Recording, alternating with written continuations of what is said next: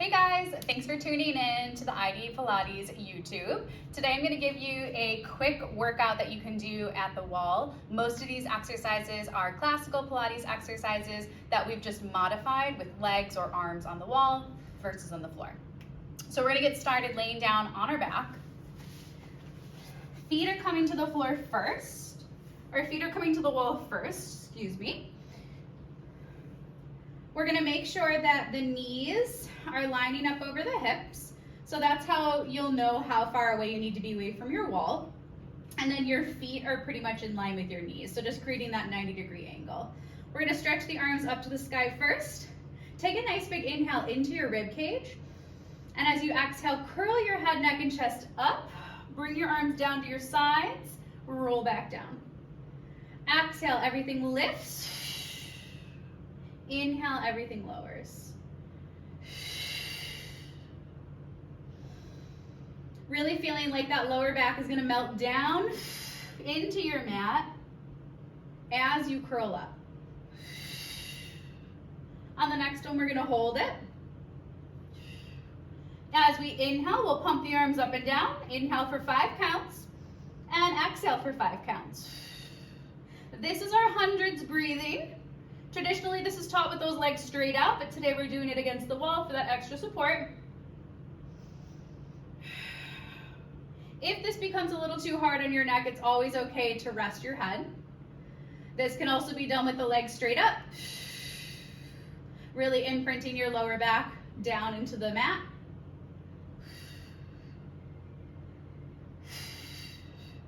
You do 100 breaths, hence the name. We have 2 more sets. 1 more set. Rest your head, neck, and chest. Bring your legs back to your 90 degrees. Moving into our bridging, I want to start with our pelvic curl first. Exhale, we start to tuck our tail under and release. So you can see as I curl my tail under, my low back presses down into the mat. From that pelvic curl, we're going to roll up all the way. At the top of that bridge, take an inhale. Exhale, roll back down. And again, exhale, curl to lift. Inhale at the top, and exhale, roll down. Really try to connect with all 10 toes on the wall, all 10 fingers on the floor. You'll feel the work within your glutes and your hamstrings as you're rising up.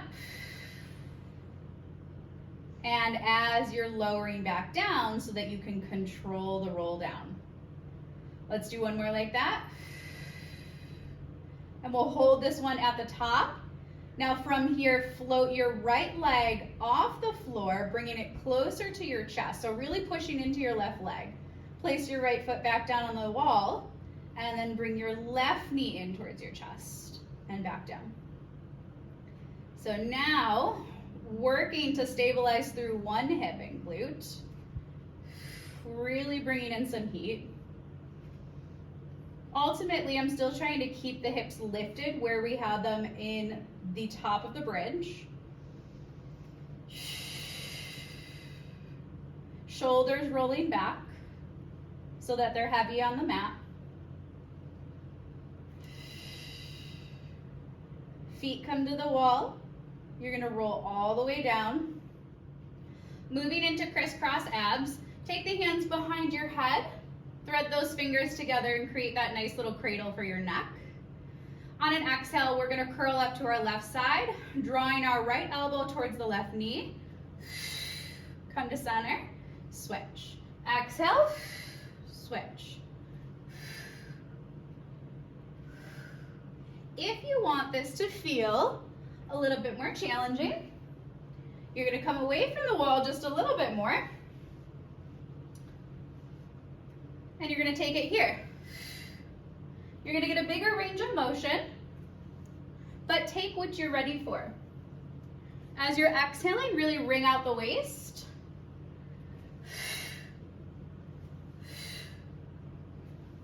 Inhale through the center. 4 more.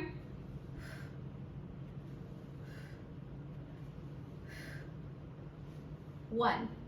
Beautiful. Bring it back in. So I want my hips to be a lot closer to the wall in this variation. We're going to do a tick-tock, which is going to help us work those obliques a little bit. Legs are straight up. Now it's okay if you wanted to bring your hips all the way against the wall. If you have that flexibility, you can. You're going to open your arms out into a T. We're going to start to slowly let the legs fall to the left, but as that's happening, I'm anchoring my right hip down into the mat. Now as I exhale, my right obliques pull me back to the middle. Inhale, go to your right. Exhale, work from your left side, pull to center.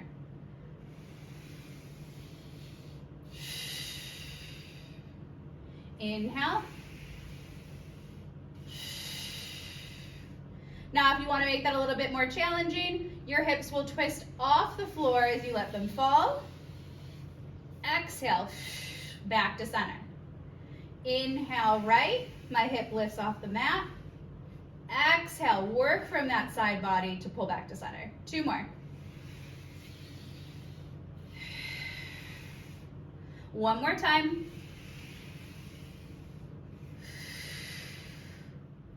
Roll to your side. We're going to come on up to standing. We're going to work on our leg pull front. Traditionally, this is done flat on the floor. Today, we're going to do it against the wall.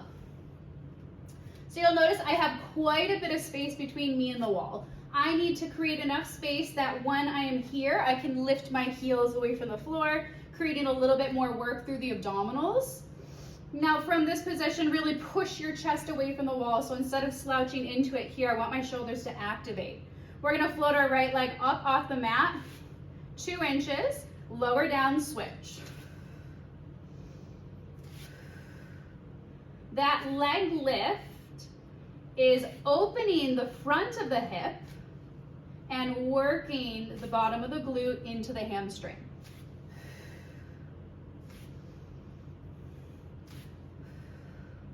Although we could go bigger, this is done with a smaller range of motion so that we can keep that pelvis stable. 2 more. Walk it in. Now this time we're going to take our push-ups. You can continue to stay back away from the wall a little further to make it more challenging, but I would take it in progressions. I'm going to open my hands nice and wide, wider than the shoulders.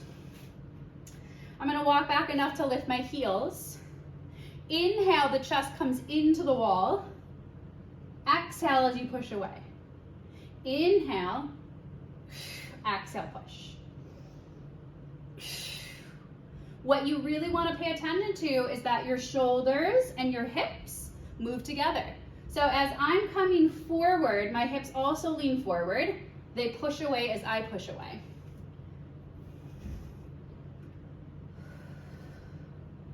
We'll do 3 more.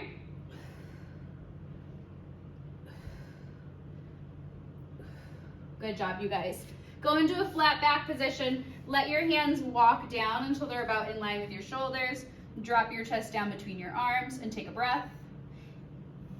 Arching your back, bending your knees more into your cow position. And then roll back up. We're gonna move into a side plank variation. So I'm gonna stand pretty far away from my wall and go ahead and set up where my forearm comes down. This could also be done on your wrist. If you don't have any wrist issues, you could give this a try. You might feel a little bit more work in your shoulder. I'm gonna do it on my forearm just for the sake of us that do have some wrist issues. I'm stepping away far enough that I can already feel the work and support that needs to be had in that right shoulder. My right hip is gonna dip down towards the floor and pick it back up. Down towards the floor and pick it up. So I'm working from the right side to pull my hips back into level.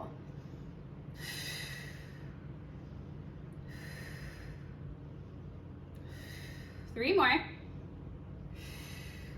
2. 1 more. Keep those hips level, reach your left arm out to the side. As you exhale, twist so that you're threading your arm under you. Inhale, open. Exhale, twist. Inhale, open. Again, this can be done palm on the floor or palm on the wall. Give it a go here. See what you like better. 3, and 2. 1 more. Let's turn around. Elbow or wrist on the wall. Hip dips first. Left hip drops in, left hip pulls back. If you need more of a challenge, you just step further away from the wall. We have 3 more.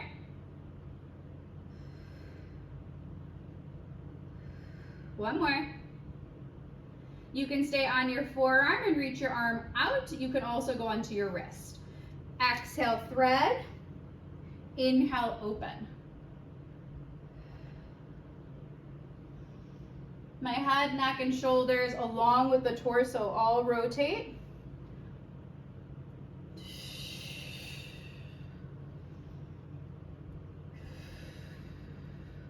We'll take one more here.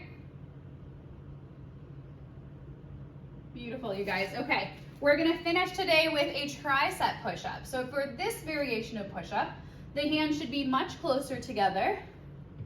They're also going to be a little bit higher than my shoulders. The further you step back, the more you challenge your core, so keep that in mind. On an inhale, we're gonna go ahead and bend the elbows until they come to the wall. On an exhale, push through your fingers and your palms to straighten. When you're bending, the hips travel forward with you. There's no arch in your back. You're not sticking out your bum. The core has to stay tight.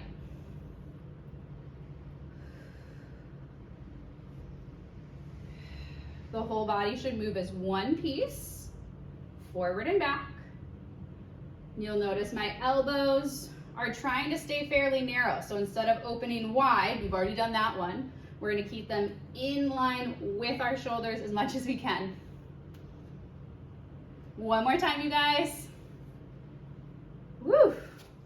Great job, you guys. If you enjoyed this video, make sure to subscribe to ID Pilates on YouTube. Bye!